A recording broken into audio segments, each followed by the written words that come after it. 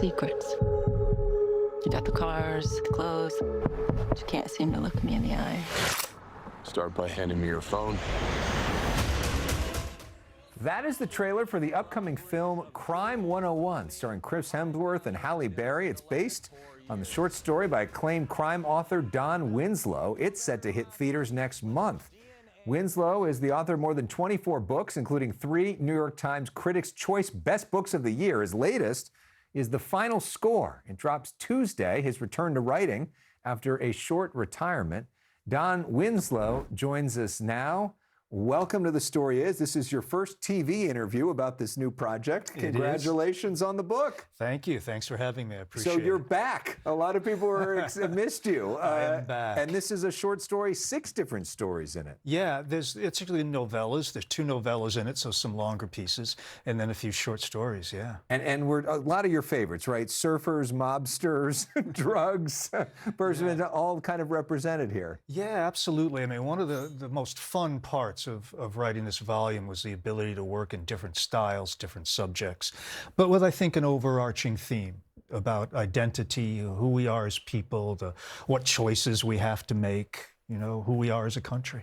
I want to put up on the screen the Washington Post review of what you are talking about here. They said, essentially, Don Winslow is soft-spoken. His fiction smashes you in the teeth. Do you agree with that? Yeah, I think so. How so? How do you smash people in the teeth? You know, I think my job as a crime writer is to take people into a world that they otherwise couldn't enter. Mm-hmm. And show it to them from the eyes of the characters. Now, I write about some tough subjects. You know, I write about drugs, and I write about immigration, and I write about addiction, all kinds of things. Those are tough subjects. And so I write realistically. I want to present that to a reading audience realistically, and that's what I try to do. So in 2022, you announced that you were retiring from writing in order to pursue activism more. And now you're coming back. Why the decision to come back? Couple of things. One, I stopped entirely to pursue political activism, working against Trump and against MAGA. That did not work out the way that I wanted it to, or that I think most of us wanted it to. And then, you know, I'm sitting around. I have these stories and this book running around in my head, and it wouldn't stop. It just demanded to be written, and I finally sat down and wrote it. And you write every single day during that process, right? I do. I start at 5:30 in the morning and quit around 5:30 in the evening. Really? 12 hours of writing every day? I take breaks, obviously. Yeah, but can't see to can't see. Yeah.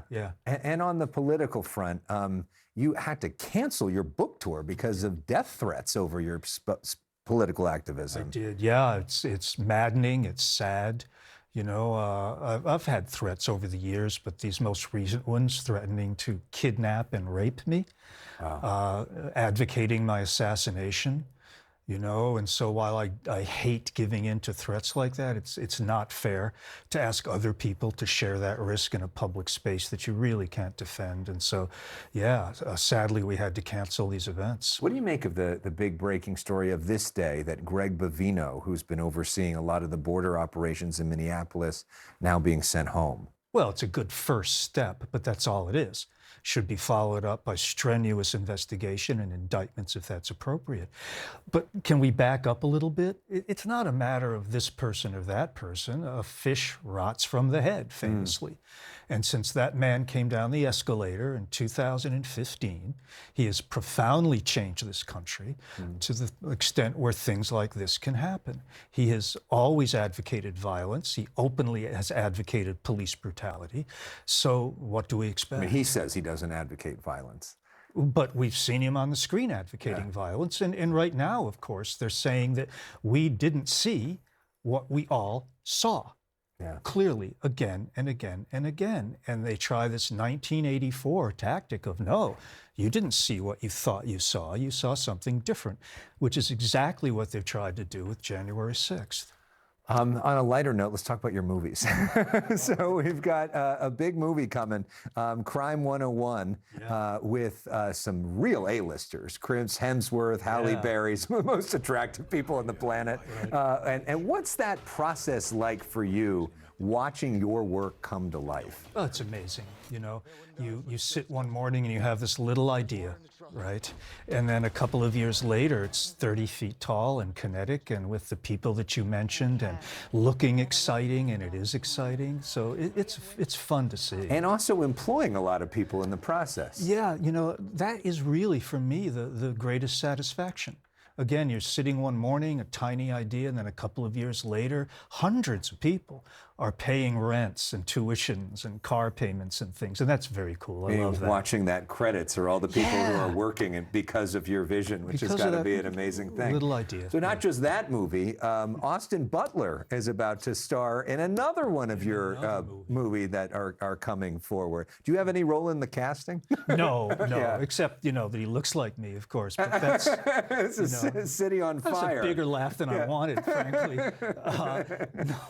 No, I don't have. I mean, I was delighted with the casting, as I'm delighted with the casting in Crime 101. And you get to go to the set and talk to them and offer some you know, ideas. I usually, the director or the writer or both will come around, we'll sit and talk, or sometimes I'll take them on locations, I'll read drafts of the script and things. So more writing's coming, right? I think so. Listen, I don't know. I'll always write.